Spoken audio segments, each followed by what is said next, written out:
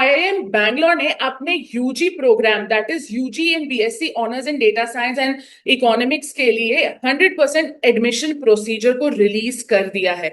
लेकिन उसको रिलीज करने से इसका मतलब ये नहीं होता है कि आप रीड करके उसको सब कुछ समझ जाओगे and there will be no confusion.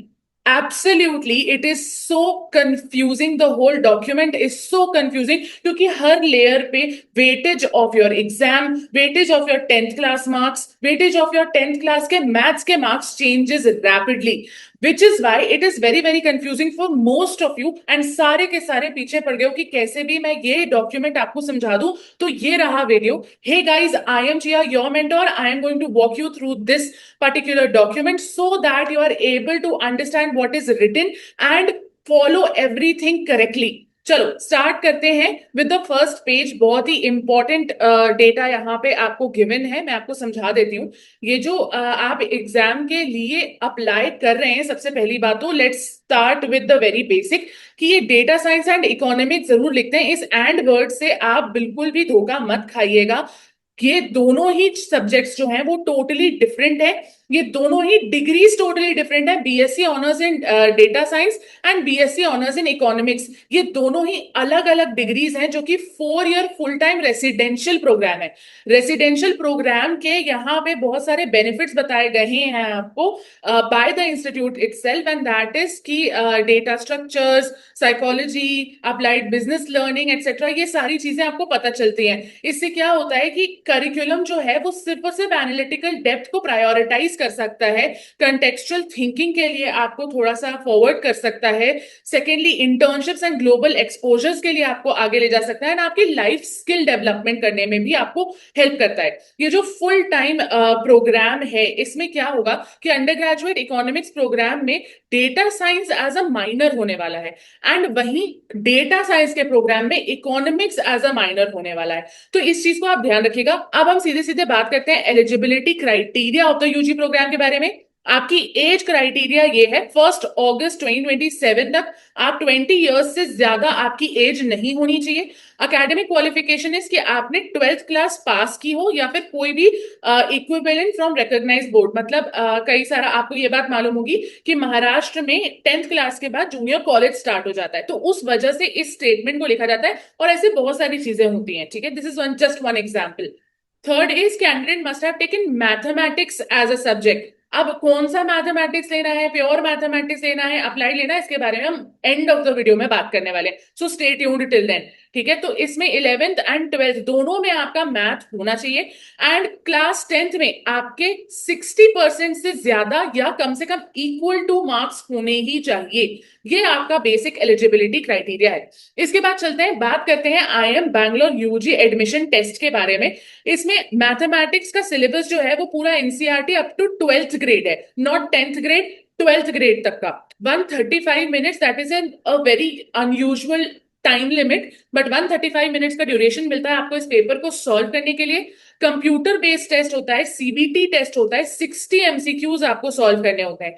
Other than that इसमें 3 सेक्शंस होते हैं। 30 क्वेश्चंस आपके quantitative aptitude and data interpretation के होते हैं। लॉजिकल रीजनिंग के यहाँ पे 15 क्वेश्चंस होते हैं, verbal ability and reading comprehension के 15 क्वेश्चंस होते हैं।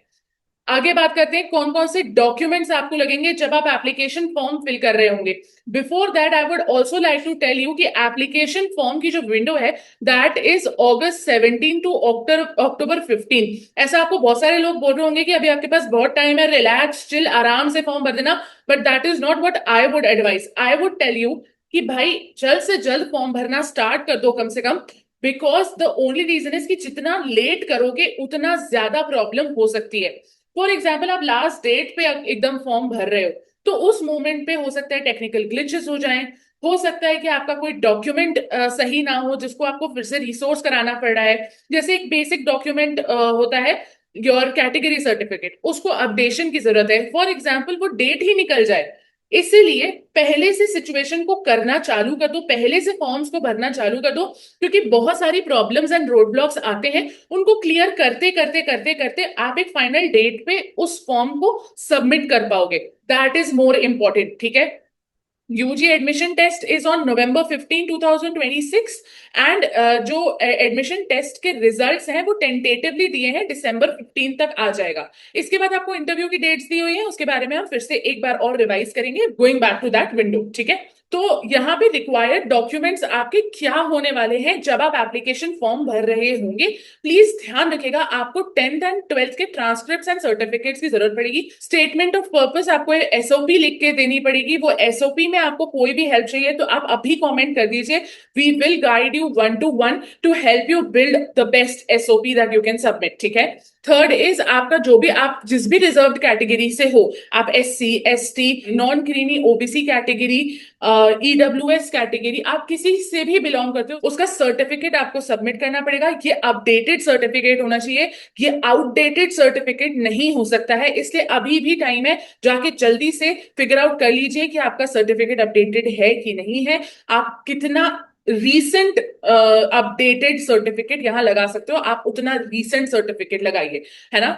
Fourth is relevant disability certificate. Obviously अगर आप एक डिसेबल्ड पर्सन हो तो आपको डिसेबिलिटी को प्रूव करना पड़ेगा, उसका एक सर्टिफिकेट या UDID card for persons with disability. अगर आप पीडब्ल्यूडी कैंडिडेट है तो आपका यूडीआईडी कार्ड बनता है, उसको आपको सबमिट करना पड़ेगा। एप्लीकेशन प्रोसेस जो है वो मल्टीपल स्टेजेस में होती है।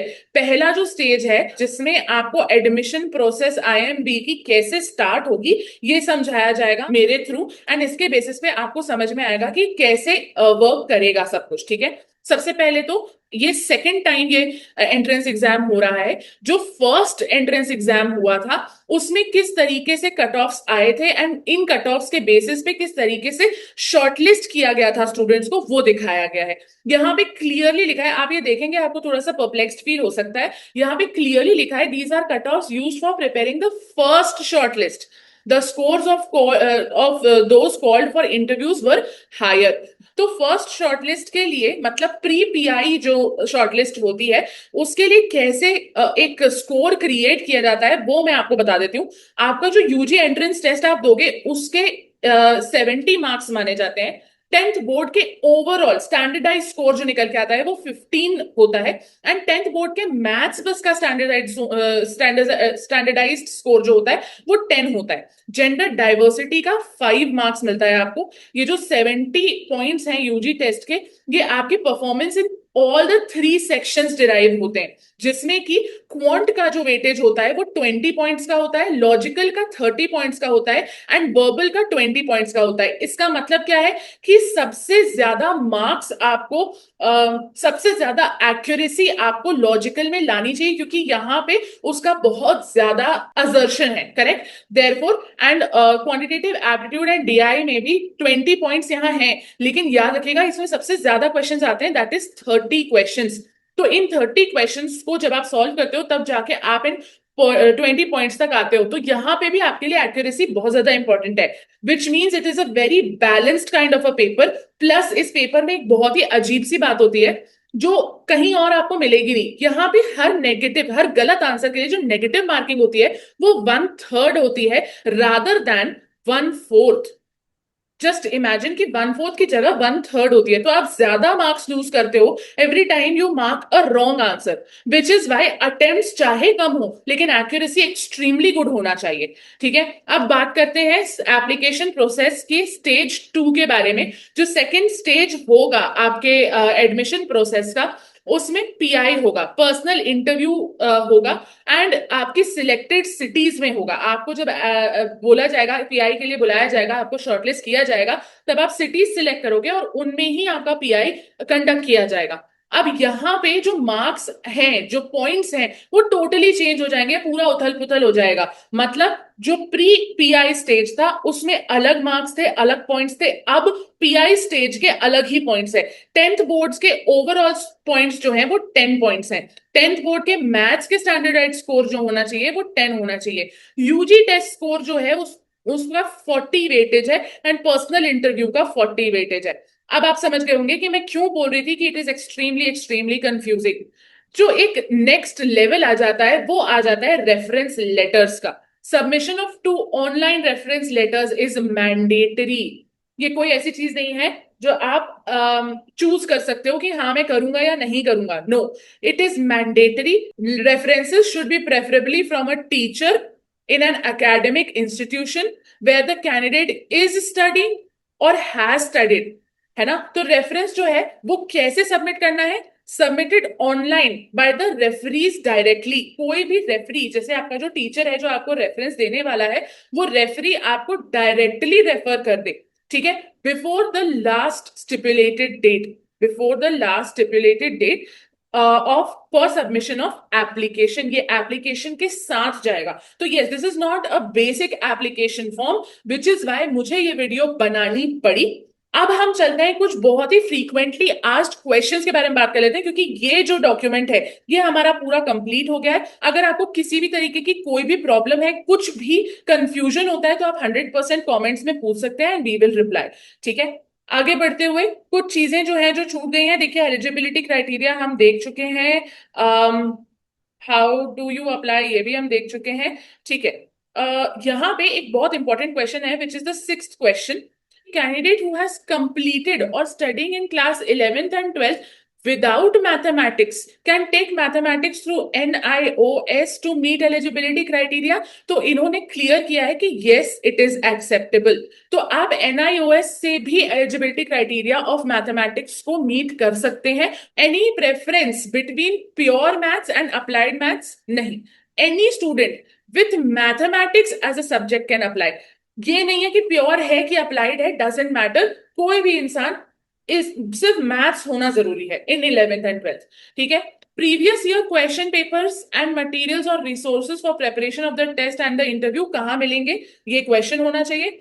Mock test link will be made available to the applicants after the application window closes. मतलब October 15th के बाद most probably you will get previous year question paper, या यहाँ पे mock test लिखा है, so I can't say previous year question paper मिलने वाला है आपको, लेकिन mock test लिखा है. I think they will provide the same. I'm not sure. ठीक है. नेगेटिव मार्किंग के बारे में मैं आपको बता चुकी हूं कि 1/3 यहाँ पे कटता है. ये एक बहुत इंपॉर्टेंट क्वेश्चन है कि what does the personal interview assess. The interview will evaluate a candidate's consistency in academic performance. सबसे पहले तो आपकी जो भी academic performance है वो consistency उसमें देखी जाती है कि आप consistently अच्छा परफॉर्म कर रहे हो कि नहीं कर रहे हो. ऐसा ना हो कि आप inconsistently अच्छा परफॉर्म कर रहे हो, और अगर आप कर रहे हो तो आप रीजंस दे सको. क्लैरिटी ऑफ मोटिवेशन कि आप एक्चुअली करना क्या चाहते हो. इस टाइप का जो थॉट प्रोसेस होता है, इसके लिए क्वेश्चंस पूछे जाते हैं कि व्हाई IIM बैंगलोर या व्हाई दिस कोर्स एक्सेट्रा. तो ये क्लियर हो जाता है कि क्यों कोई इंसान इस चीज में जाना चाहता है. ठीक है. कम्युनिकेशन स्किल्स, ऑब्वियसली अगर आपका इंटरव्यू सामने से लिया जा रहा है तो मेन थॉट प्रोसेस तो कम्युनिकेशन से ही डील करने के लिए होती है. इंटेलेक्चुअल क्यूरियोसिटी, यस, कि ये जानने के लिए कि आप एक्चुअली सब्जेक्ट मैटर को पढ़ना चाहते हो, उसके बारे में जानना चाहते हो, या सिर्फ इसलिए कर रहे हो क्योंकि एक बहुत ही अच्छी स्टैब्लिश्ड ब्रांड की डिग्री है. ठीक है. एक्स्ट्रा करिकुलर अचीवमेंट्स आपकी जानना चाहते हैं. आपकी इंटेग्रिटी एंड ऑथेंटिसिटी को भी चेक करना चाहते हैं. आप कुछ भी लिख सकते हैं, कुछ भी अपनी SOP में बना सकते हैं, आप रेफरेंस कहीं से निकाल सकते हैं, लेकिन ये बहुत प्रॉब्लमेटिक सिचुएशन होती है कि इंटेग्रिटी एंड ऑथेंटिसिटी को आपको अपनी प्रूव करना है इन योर इंटरव्यू. वो कैसे प्रूव करते हो? जब आपसे आपका रेलेवेंट जो टेक्निकल रेलेवेंट नॉलेज होती है वो पूछी जाती है. TRK, टेक्निकल रेलेवेंट नॉलेज, ये क्या होती है? ये आपके सब्जेक्ट मैटर से रिलेटेड क्वेश्चंस हो सकते हैं. ये मैथ से रिलेटेड क्वेश्चन हो सकते हैं, ये इकोनॉमिक्स से रिलेटेड क्वेश्चन हो सकते हैं. अगर आप कॉमर्स एंड मैथ से हो तो ये अकाउंट से रिलेटेड क्वेश्चन हो सकते हैं, ये साइंस से रिलेटेड क्वेश्चन हो सकते हैं, ये आपके करिकुलम से रिलेटेड क्वेश्चन हो सकते हैं, ये कुछ भी क्वेश्चन हो सकते हैं, ताकि आपकी इंटेग्रिटी एंड ऑथेंटिसिटी को 100% देखा जा सके. इसके अलावा प्रोग्राम एलोकेशन कैसे होता है? फॉर एग्जाम्पल, आपने एग्जाम पास कर लिया, उसके बाद आपको डेटा साइंस मिलेगा या इकोनॉमिक्स, ये बिल्कुल भी मेरिट पे डिपेंड नहीं करता है. ये आप पे डिपेंड करता है कि आप कौन सा प्रोग्राम चाहते हो. आप या फिर तो वन या फिर तो बोथ प्रोग्राम्स के लिए अप्लाई कर सकते हो, डेटा साइंस एंड इकोनॉमिक्स के लिए. इसके बाद आपसे पूछा जाएगा कि हायर इन प्रायोरिटी आप किसको रख रहे हो. तो फॉर एग्जाम्पल, आपने डेटा साइंस को हायर इन प्रायोरिटी रखा, when you were filling the application itself. लेकिन आपने डेटा साइंस को सोचा कि मैं लोअर इन प्रायोरिटी रखना चाहता था, अननेसेसरीली मैंने हायर इन प्रायोरिटी रख लिया, तो फिर आप इस मोमेंट पे जब आप इंटरव्यू दे रहे हैं, इंटरव्यू के समय पे आप अपनी प्रेफरेंस को चेंज कर सकते हैं। मैं आपको ये चीज क्लियर भी बता देती हूँ, दिखा देती हूँ कि कहाँ पे ये चीज लिखी हुई है। Candidates shortlisted for both programs will have one final opportunity to revise their order of preference at the time of the interview. ये बहुत इंपॉर्टेंट स्टेटमेंट है, इसको आप ध्यान रखिएगा। आप इंटरव्यू में अपनी प्रायोरिटी को चेंज कर सकते हो। अदर देन दैट, एक बहुत इंपॉर्टेंट चीज जो अक्सर मिस हो जाती है, फॉर एग्जाम्पल आप दोनों के लिए ही क्वालिफाई कर जाते हो, for data science and economics both, फिर भी आपको एक सिंगल कॉमन इंटरव्यू ही देना पड़ेगा। दोनों एग्जाम्स के लिए सिंगल कॉमन इंटरव्यू ही देना पड़ेगा एंड उसी के बेसिस पे सब कुछ होगा। बाकी फी स्ट्रक्चर एंड ऑल तो यहाँ पे भी गिवन है, बट मैं इसके बारे में एक ऑलरेडी वीडियो बना चुकी हूँ, आप उस वीडियो को चेक कर सकते हैं एंड उसके बेसिस पे आपको सारी कुछ चीज पता चल जाएगी। द नेक्स्ट थिंग इज कि एग्जामिनेशन की फीस कितनी है। जनरल कैटेगरी स्टूडेंट के लिए इट्स 3000 रुपीज, लेकिन एक रिजर्व्ड कैटेगरी स्टूडेंट के लिए it's 2000 rupees. And that's all for today, guys. I hope you don't have any problems. I hope your confusion is all done and dusted. I hope I was helpful. If you have any confusion, even after watching this video till the end, I suggest that you should ask all your questions without any hesitation in the comments. Even if you're hesitating a little bit, you can go to the description. We have mentioned our personal contact number where you can WhatsApp and ask us any question that you want to. I'll see you next time. Until then, take care. Bye-bye.